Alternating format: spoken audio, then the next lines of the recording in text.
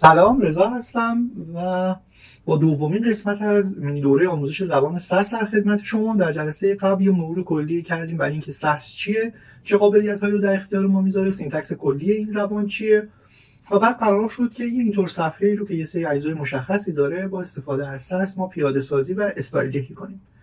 مجددا تاکید میکنم که پیش‌فرض ما در این دوره برای اینه که شما زبان CSS رو بلدید، بهش آشنایی نسبتاً متوسط به بالایی دارید و میتونید باهاش کار کنید. به خاطر همین من دیگه وارد جزئیات مربوط به CSS نمیشم، خیلی سعی میکنم بیشتر مانورم روی قسمت ساس باشه. صفحه‌ای که ما اینجا آماده کردیم یه صفحه به صورت حالا در واقع یک تمپلیت ساده‌ای هستش که شما می‌خواید فقط اون سینتکس زبانی رو با هم مرور کنیم. هدفمون این نیست که حالا یک استایل فنسی رو اینجا تولید کنیم و حالا طراحی خیلی شیکی داشته باشه. فقط می‌خوایم کلیت پیاده سازی کار با استفاده از ساس به چه صورته. من اینجا یه صفحه دارم، یه دونه حالا قسمت هیرو سکشنی داره اینجا با رنگ آبی متمایل به سرمه‌ای شما می‌بینید. داخل این قسمت یه لوگویی دارم، یک منویی دارم، یه قسمت متنی دارم، یه تصویری دارم و پایین‌ترش هم که اون مین سکشن من هستش یه متن ساده‌ای رو گذاشتم و یه جدولی. حالا شما میتونید چیزای دیگه هم برای پروژه خودتون پیاده سازی کنید. من یه بیشتر از این روی توضیحات وقت نمیذارم، بریم سراغ کدهای پروژه. قبل از هر چیز لطفاً چند ثانیه وقت بذارید و اگر این محتوا رو دوست داشتید به کانال من سابسکرایب کنید. خب این از قبل کدهایی هستش که من دارم. یه فایل index.html که همون صحبتی که کردیم، یه قسمت هیدر سکشنی داره و یه قسمت مین سکشنی که توی تصویر که نشونتون دادم مشخص هر کدومش یه سری المان داره. من فونت ها و تصاویری که قراره توی این پروژه استفاده کنیم و داخل پوشه asset گذاشتم. یه دونه پوشه دیگه ایجاد میکنم به اسم SCSS که قرار فایل های ساس توی اونها قرار بگیره. یه پوش هم به اسم CSS که خروجی کامپایل شده فایل های ساس من اونجا قرار خواهد گرفت. من کاری به این پوشه CSS ندارم، چرا که در واقع خود ساس برای من اون فایل ها رو تولید میکنه. من فقط توی این فایل HTML که دارم آدرس اون فایل CSSی که مد نظرم هست و خروجی تولید رندر شده و کامپایل شده ساس هست رو اینجا آدرس دهی میکنم که توی صفحه هم لود بشه. من اینجا به صورت با استفاده از این اکستنشن لایف سرور VS Code اینجا میبینید من یه دونه فایل HTML هم رو اینجا باز کردم به صورت یه لایف سرور و این خروجیات که فعلا دارم. حالا بریم با ساس بهش ظاهر بدیم. داخل این پوشه‌ای که من ایجاد کردم به اسم SCSS من یه فایل میسازم، اسمش رو میذارم style.css که فایل های ساس من در واقع فایل اصلی ساس من اینجا هستش. برای اولین قسمت، یعنی حالا اول کاری که می‌خوایم پیش بریم، بیایم به صورت دستی CSS رو خودمون بنویسیم. در واقع بیایم اون ویژگی هایی که از CSS می‌خوایم رو ریست کنیم. میگیم که مارجین همه المان ها رو صفر کن، برای پدینگ هم همچنین پدینگ ها هم صفر کن و باکس سایزینگ رو هم برای من بوردر باکس بذار. ببینید من این فایل ها رو داخل فایل SCSS نوشتم. حالا این چطوری تبدیل میشه به CSS؟ من ماژولی که اکستنشنی که بهتون گفتم باید نصب کنیم به اسم لایف ساس کامپایلر، یه گزینه این پایین اضافه میکنه به اسم واچ ساس. به محض اینکه من این رو روشن کنم، هر تغییری که داخل این فایل های ساس اجرا کنم میاد داخل اینجا برای من داخل پوشه CSS اینا رو تولید میکنه. الان من این کدا رو اینجا نوشتم دیگه، تو اصلا نداشتم، ولی اگه الان برم باز کنم میبینم که کدها رو برای من کامپایل شده اینجا گذاشته. یه دونه فایل مین هم که گفتیم فشرده شده و کامپرس شده یه فایل CSS هست که حجمش کمتری، میتونید برای اینکه فضای کمتری در واقع توی هاستتون اشغال شه و اون ریکوستی که ارسال میشه برای سرور شما در واقع نیاز به لود فایل کوچکتری داشته باشه، میتونید از این فایل فشرده هم استفاده کنید. اینو اگر نگاه کنید دیگه اومده فضاهای اضافی رو حذف کرده، همه رو در قالب یه خط به صورت فشرده نوشته. حالا من فعلا از همون فایل style.css که به صورت باز شده هست استفاده میکنم، ولی خب میتونید شما توی پروژهتون اون هم آدرس دهی کنید. حالا اگر دقت کنیم کدی که من نوشتم 3 خط بود، یه مارجین، یه پدینگ و یه باکس سایزینگ. خود ساس بعد از کامپایل کردن اومد یه خط هم اضافه کرد برای پشتیبانی مرورگر سافاری. اومده یه پیشوند دش وب کیت هم اضافه کرده که مرورگرای سافاری به این نیاز دارن که بتونه این باکس سایزینگ رو متوجه بشه. اینا رو خود ساس متوجه میشه براتون اضافه میکنه. نیازی نیست شما پیشوند مربوط به مرورگرهای مختلف رو حفظ باشید یا بخواید اضافه کنید. خود ساس حین کامپایل کردنش اینا رو براتون اضافه میکنه در واقع. خب پس این شد فایلی که من الان دارم، فعلا چیز خاصی توش ننوشتم. بیایم مثلا به صورت دستی برای بادی یه سری ویژگی‌ها تعریف کنیم. من مثلا میگم که برای بادی من یه فونت فامیلی سریف رو تعریف کن فعلا و فونت سایزم فرضاً بذار 16 پیکسل. خب اگر من بیام اینجا به صورت لایبرری، این فونتی هستش که اون ظاهری هستش که در واقع بادی من فعلا داره. من برای اینکه شما راحت تر ببینید من صفحه رو 2 قسمت میکنم که هر 2 قسمت رو همزمان بتونید ببینید و متوجه تغییرات کدها بشید. خب این style.css بود. بریم سراغ این که ما چطوری کدهای سس رو اینجا میتونیم بنویسیم. اگه خاطرتون باشه تو جلسه اول ما به 2 تا مفهوم خیلی مهم توی سس اشاره کردیم. یکی بحث متغیرها و یکی بحث ماژول‌ها. گفتیم ماژول‌ها اون قطعه کدهایی هستن که ما میایم فایل اصلیمون رو میشکنیم به چند تا فایل ریزتر و هر کدوم اونها میان یه سری قابلیت و یه سری مجموعه کد خاصی رو توش نگهداری میکنه. من اینجا برای اینکه نظم‌دهی فایلام راحت تر بشه در کنار این style.css که فایل سس اصلی من هست یه دونه فایل دیگه میسازم که در واقع ماژولی هستش که میخوام متغیرهام رو توی اونجا سیو کنم. ماژول‌ها رو گفتیم با علامت یه آندرسکور اول اسمشون میذاریم. من مثلا اینجا اسم این رو میذارم variables که قرار تمام متغیرهای من رو داخل خودش ذخیره کنه. حالا که اینجا هستیم من یه دونه فایل دیگه هم میسازم به اسم fonts.css که تعریف فونت هام رو میخوام اینجا انجام بدم. ببخشید این باید یه دونه آندرسکور هم اولش باشه. خب پس این شد از 2 تا ماژولی که من تعریف کردم. حالا این 2 تا ماژول رو من کاری ندارم، میام چیکار میکنم؟ باید اینا اول توی این فایل خودم ایمپورت کنم دیگه. گفتیم یه سری رول داریم به اسم @رول ها که اولشون یه علامت @ساین میاد و بعد اینجا من میخوام چون ایمپورت کنم از @ایمپورت استفاده میکنم. @ایمپورت اسم اون ماژولی که مد نظرم هستش. من یه دونه ماژول داشتم به اسم فونتس که این رو اول اینجا وارد میکنم. یه ماژول دیگه من خاطرتون باشه ما داشتیم به اسم variables دیگه. پس من variables هم اینجا وارد میکنم. پس این 2 تا ماژول الان داخل فایل اصلی وارد شد. دقت کنید که برای ایمپورت کردن ماژول ها ما نیازی نیست اون آندرسکور اول رو بنویسیم و یا فرمتش که SCSS هست. همین که شما اسم اون فایل رو بدید و اسمش به صورت استاندارد باشه، یعنی یه دونه آندرسکور اولش باشه و فرمتش هم SCSS باشه، خود سس متوجه میشه که این 2 تا ماژولن، میره پیدا میکنه و اون کدها رو میاره اینجا تعریف میکنه. خب من میخوام چیکار کنم؟ بیام بگم که متغیر تعریف کنیم. من یه سری متغیرها که مربوط به رنگ‌های این پروژه هستن رو از قبل تعریف کردم. میام اینجا فقط قرارشون میدم. ببینید من یه دونه لایت کالر تعریف کردم که این کد رنگی رو داره، یه دونه دارک کالر دارم که این کد رنگی رو داره. تعریف کردن متغیرها که گفتیم یه دونه دلار ساین اولشون میذاریم و اسمش رو می‌نویسیم و بعدم مقداری که می‌خوایم اون متغیر داشته باشه. پس من 3 تا رنگ دارم به اسم پرایمری، سابتل و سکندری و 2 تا رنگ هم دارم که برای حالا چیزای روشن و تیره هم استفاده می‌کنم. یکیش که رنگ کاملا مشکی و یکی رنگ سفید هستش. خب حالا من هر جایی توی پروژه‌ام بیام از این متغیرها استفاده کنم، یعنی توی این فایل اصلی خود سس میره اینا رو شناسایی میکنه و میاره. پس من متغیر رو اونجا نوشتم. اینجا مثلا میخوام یه دونه بک‌گراند کالر به بادیم بدم. خب میام آقا بک‌گراند کالر چی باشه؟ مثلا اینجا ما از پرایمری استفاده کنیم. خب ببینید به محض اینکه من اومدم بک‌گراند کالر رو پرایمری کالر دادم، خود سس رفت گشت دید که آقا توی variables یه متغیری به اسم پرایمری وجود داره، مقدارش رو آورد گذاشت اینجا.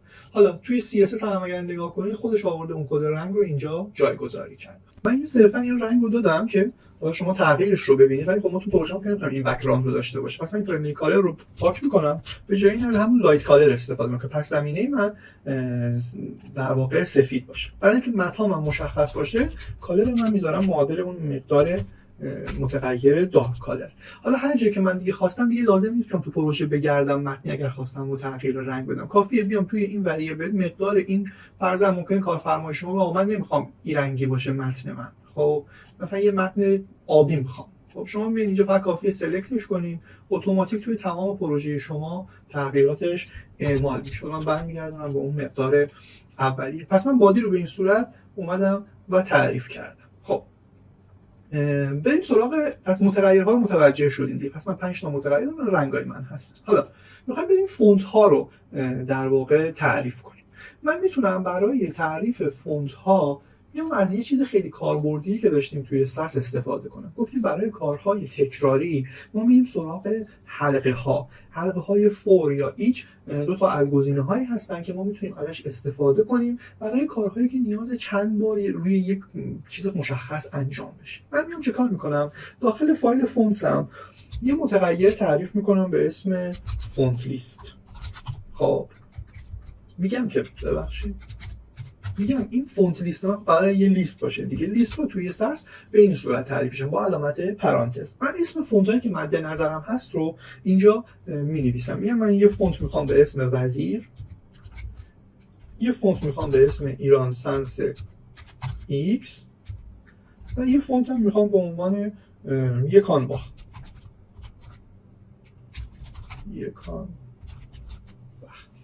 خب این از اون فونت لیستی که من دارم. حالا میخوام روی اینها به صورت یک حلقه بیام یه کار تکراری رو انجام بدم. به چه صورت این کار رو انجام میدم؟ کافیه من بیام یه دونه رول جدید بنویسم. میگم یک ایچی دارم، یک حلقه ایچ در واقع.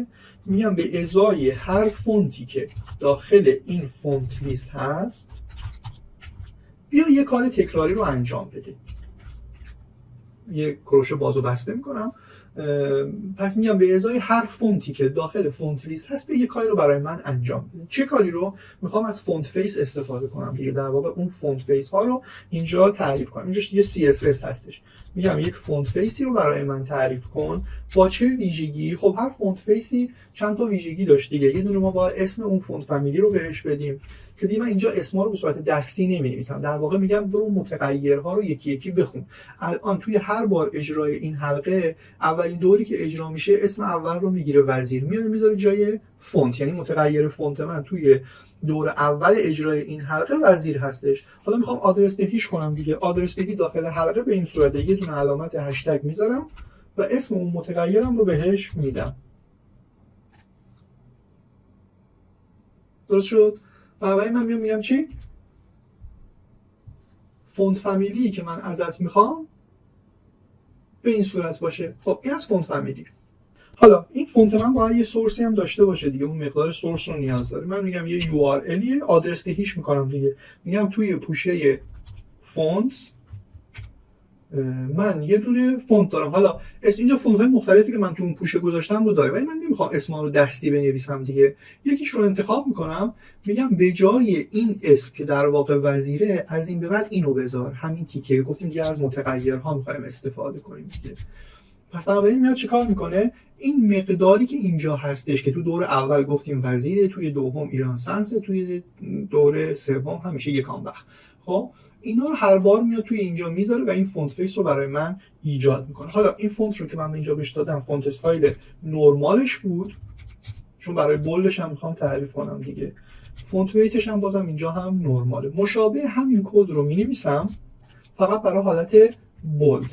یعنی میگم چی؟ میگم دوباره برو همونجا، فقط به جای این پس‌بندی من فونت‌هامو با این ساختار مرتب کردم داخل این پوشه دارم. اگر بیان توی پوشه فونت‌ها می‌بینید که من 6 تا فونت دارم، هر کدومش اسمشه، یه دونه آندرسکور پس‌بندش که نشون دهنده وزنشه. بنابراین من اومدم با این روشی که اینجا تعریف کردم یه فونت فیس رو تعریف کردم برای کل این لیستی که اینجاست. حالا این لیست شما ممکنه 500 تا فونت باشه، ممکنه 2 تا فونت باشه. خب وقتی که چندین فونت مختلف رو با وزن‌های مختلف می‌خواید تعریف کنید این روش خیلی به شما کمک میکنه. بنابراین الان من فونت‌هامو با هم چند خط حدودش مثلا 10-12 خط تعریف کردم. بریم ببینیم خروجی فونت‌ها در حالت رندر شده به چه صورت هستش. میام تو قسمت فایلام CSS هم رو باز میکنم. ببینید برای تک تک اونها اومده یه فونت فامیلی وزیر تعریف کرده با اون پس‌بندی که داشته.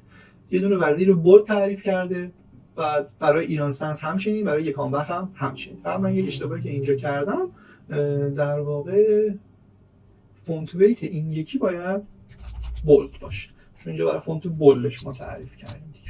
حالا من فونت هام رو دیگه داخل پروژم دارم، پس میام اینجا توی متغیرهام هم یه دونه متغیر جدید اضافه میکنم به اسم فونت فامیلی که این متغیر فونت فامیلی من رو دیگه خودم دستی هر چیزی خواستم اینجا می‌نویسم. فعلا من توی پروژه میخوام فونت متن من به صورت فونت کلی سایت من وزیر باشه. خب این من فعلا تعریف میکنم که توی این پروژه وزیر باشه، ولی برای ایران سنس و اینا هم دارم، هر موقع خواستم میتونم تغییر بدم. اینجا هم که دیگه به صورت دستی من فونت فامیلی رو نوشته بودم، میام عوض میکنم، میگم که متغیر فونت فامیلی رو بگیر. به محض اینکه من اینجا فونت فامیلی رو بنویسم، میبینید که اینجا فونت ها برای من به صورت وزیر در اومد. حالا اگر یه زمانی پشیمون شدم دیگه نخواستم وزیر باشه، ایران سنس باشه، کافیه بیام توی قسمت متغیرها و اسم متغیر جدیدم رو بنویسم. فکر کنم اشتباه نوشتم، بله، ایران سنس ایکس. خب الان به صورت ایران سنس در اومد. یا اگر شما خواستید یکم وقت باشه، اسم اون فونتتون رو کافیه بهش بدید که می‌بینید در لحظه به صورت کامل این استایلینگ انجام میشه. برگردیم سراغ همون وزیر و فونتی که داشتیم. خب همونطور که گفتم، ما برای اینکه فایل اصلیمون خیلی سنگین و پیچیده نشه، از مفهوم ماژول ها استفاده کردیم. یعنی اومدیم تمام متغیرهایی که داریم رو داخل یک فایلی به اسم یک ماژولی به اسم وریبلز تعریف کردیم. یه دونه فایل درست کردیم برای فونت هامون که اینجا دو تا فونت ویت مختلف رو برای سه نوع فونت ما اینجا تعریف کردیم و بعد آوردیم توی فایل اصلیمون استایل کردیم. خب حالا من برای اینکه کار خودم و شما یه خورده راحت‌تر و تمیزتر و خواناتر بشه، یه دونه ماژول دیگه هم میخوام درست کنم که در واقع اون اجزای پایه‌ای هستن که تو کل پروژه نیاز دارم استفاده کنم. مثلا یه کانتینریه یا یک مارجین خاصی رو میخوام اعمال کنم روی کل اجزای پروژه. اینا رو میبرم توی یک فایل دیگه، اسمش رو میذارم یوتیلیتیز، که در واقع اون کامپوننت های یوتیلیتی من هستن. اینم با فرمت SCSS ذخیره میکنم. خب حالا اینجا قراره چی بذاریم؟ مثلا من اینجا میام یه دونه کانتینر تعریف میکنم. این کانتینر من قرار به چه صورت باشه؟ قراره که یک عرض 1100 پیکسلی داشته باشه، پدینگ، مارجین و اورفلو اتو. خب حالا این فایل هم اعمال نشده اینجا. به محض اینکه من بیام اینجا ایمپورتش کنم، من معمولا یوتیلیتی کلاس هام رو میارم آخر فایلم ایمپورت میکنم که در واقع اوورراید کنه بقیه رول هایی که توی فایلم داشتم. یوتیلیتیز اگر اسمش رو درست نوشته باشم، ببینید الان بحث پدینگ و مارجین ها تا حدودی اعمال شد. من گفته بودم مثلا یه پدینگی داشته باشه، مارجین نداشته باشه و اینا. پس من دیگه از این بعد چیزایی که به صورت کلی دارم و داخل این فایل یوتیلیتیز می‌نویسم و خودش خب به صورت خودکار میاره توی فایل خروجی نهایی برای من کامپایل میکنه. یه سری چیزای دیگه هم نیاز دارم.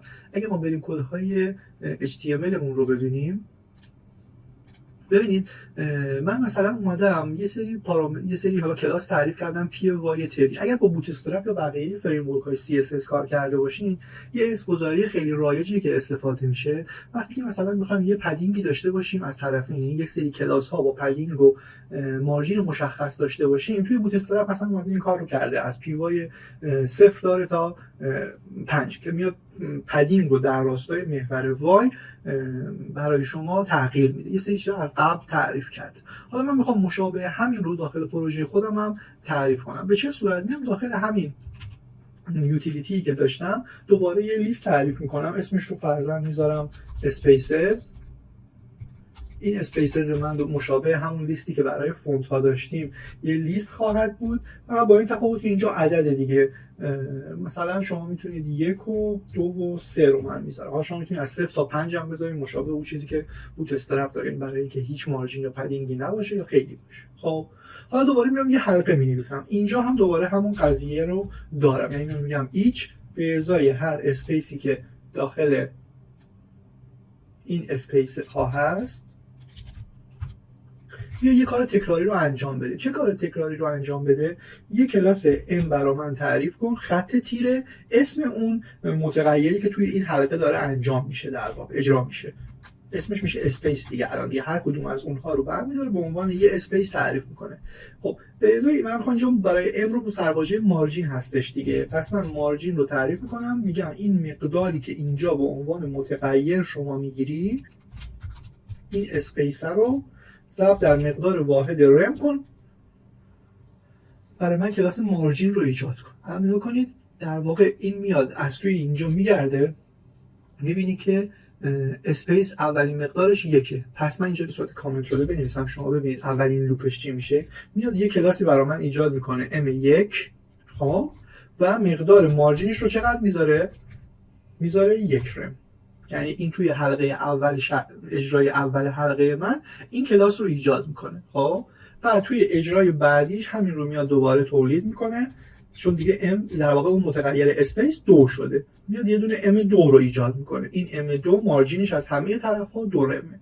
مشابه همین رو من میتونم بر راستای x و y هم تعریف کنم. بنابراین من میام همین رو کپی میگیرم، میگم یه کلاس دیگری داشته باش mx که میخوام مارجین در راستای x باشه. این بار چه کار کن؟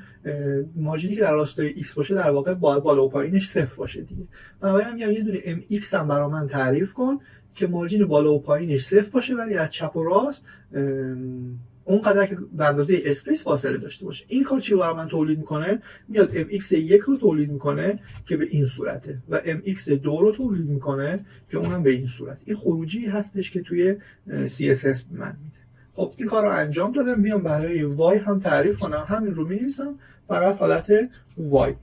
برای y برعکس دیگه، پارامتر اولش اون مقداره هستش و پارامتر دومش 0. حالا که این کار رو انجام بدم میاد my رو برای من تولید میکنه در واقع که my 1 فقط فاصلش از بالا و پایین 1 رم و از چپ و راست 0 هستش. اینجا دوباره برای توی حلقه های بعدی، تو اجراهای بعدی حلقه یه دونه my 2 هم ایجاد میکنه که مارجینش از بالا و پایین 2 رم و از چپ و راست 0 هستش. اینا برای چی بود؟ برای مارجین ها بود. مشابه همین رو شما میتونید روی پدینگ ها هم اعمال کنید دیگه. پس من میام اینا رو همه رو کپی میکنم، به جای این ام ها من همه اینا رو بگیرم، خیال خودم رو راحت کنم، این دات ام ها رو. خب اینا رو میکنم چی؟ دات پی، یعنی پی ایکس، پی وای و پی اینو ایجاد کن و اینجا هم به جای اینکه مارجین ها رو ازش بخوام میگم همین قضیه رو روی پدینگ ها اعمال کن. ببخشید، روی پدینگ ها اعمال کن، چون صورت لایو شما می‌بینید که اینجا داره چه اتفاقاتی میفته. اون پدینگ ها و مارجین هایی که من خواستم رو اینجا اومده تولید کرده. بریم خروجی فایل CSS رو ببینیم. الان در پایین اونجا اومده یه دونه m1 برای من تعریف کرده، یه mx1، یه دونه my1، بعد اومده p1 px1 py1 m2 mx2 my2 و به همین ترتیب برای تمام این کلاس ها رو خودش برای من اومده اجرا کرده. شما اگر نگاه کنید تقریبا حدود 70 خط کد رو برای من خود پیاده سازی کرده، کامپایل کرده، در حالی که من همین حدود 10-15 خط رو نوشته بودم. خودش به تعداد اومده اضافه کرد. حالا اگه من خواستم با مارجین های بیشتر هم داشته باشم میتونم این لیستم رو توسعه بدم. مثلا میگم الان فعلا 1 و 2 و 3، یعنی 1 رم، 2 رم و 3 رم. شما میتونید 0 رو بذارید تا 10، هر چقدر که خواستید دیگه. این مقدار دست خودتونه و میتونید تغییرش بدید هر بار.